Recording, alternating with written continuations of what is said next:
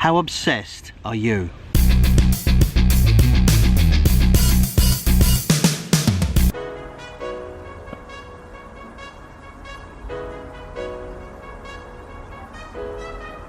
Starting the day well. Nice cup of coffee actually. Sunny day, gorgeous sunny day. And let's see how the day transpires. It's going to be fun. Having a joyful walk in the park in beautiful Tunbridge Wells. Sunny day with my darling who's here. Doesn't like to be on camera. Beautiful, beautiful sunny day. And what's important to think is what's the cost that we spend when we're having our home business. You know, is there a cost? And so many people think there isn't a cost, but there is actually always a cost because it's a business.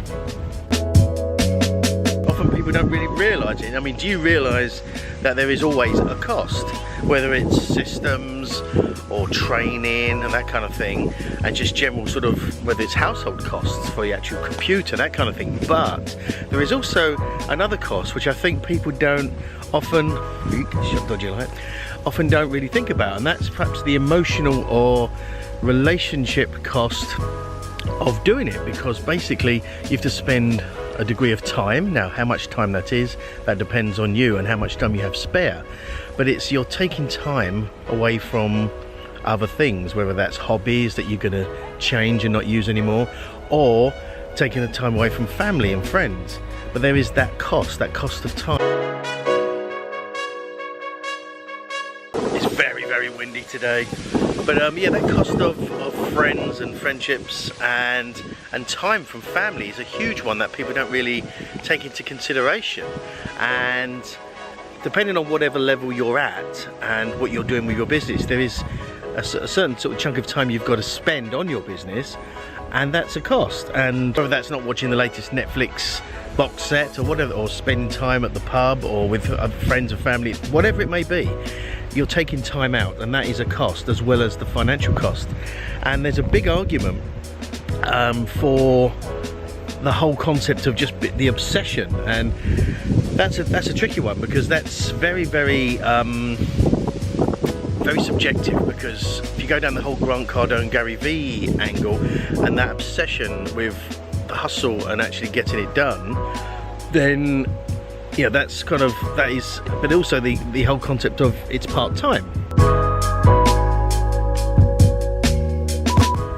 And you start a home business generally part-time around your main full-time job. And so how does that obsession work?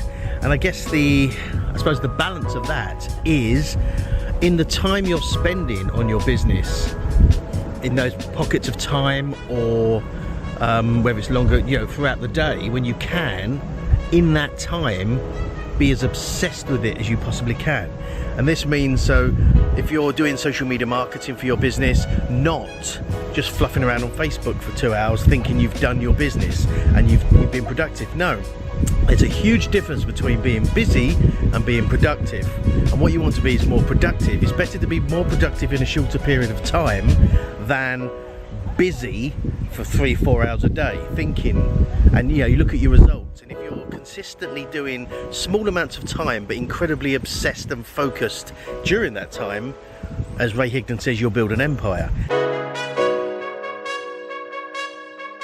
It's not about how much time as such, it's what you're doing in that time.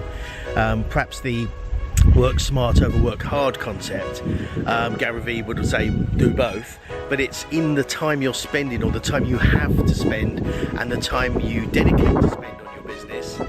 Be ridiculously obsessed with what you're trying to do and what your tasks are, and get that done, and then you can fluff around after that. But if you've got only 1 hour a day to spend on your business, to build it, to prospect, to do sales calls, whatever it may be, spend that time as obsessed as physically possible doing that, and that way you will build an empire.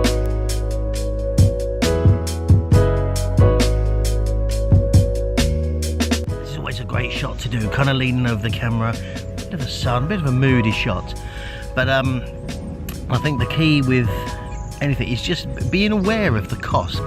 There is a cost. Please be aware there is a cost, whether it's financial or time or emotion. There is a cost to a business, and this is something definitely that people hugely overlook.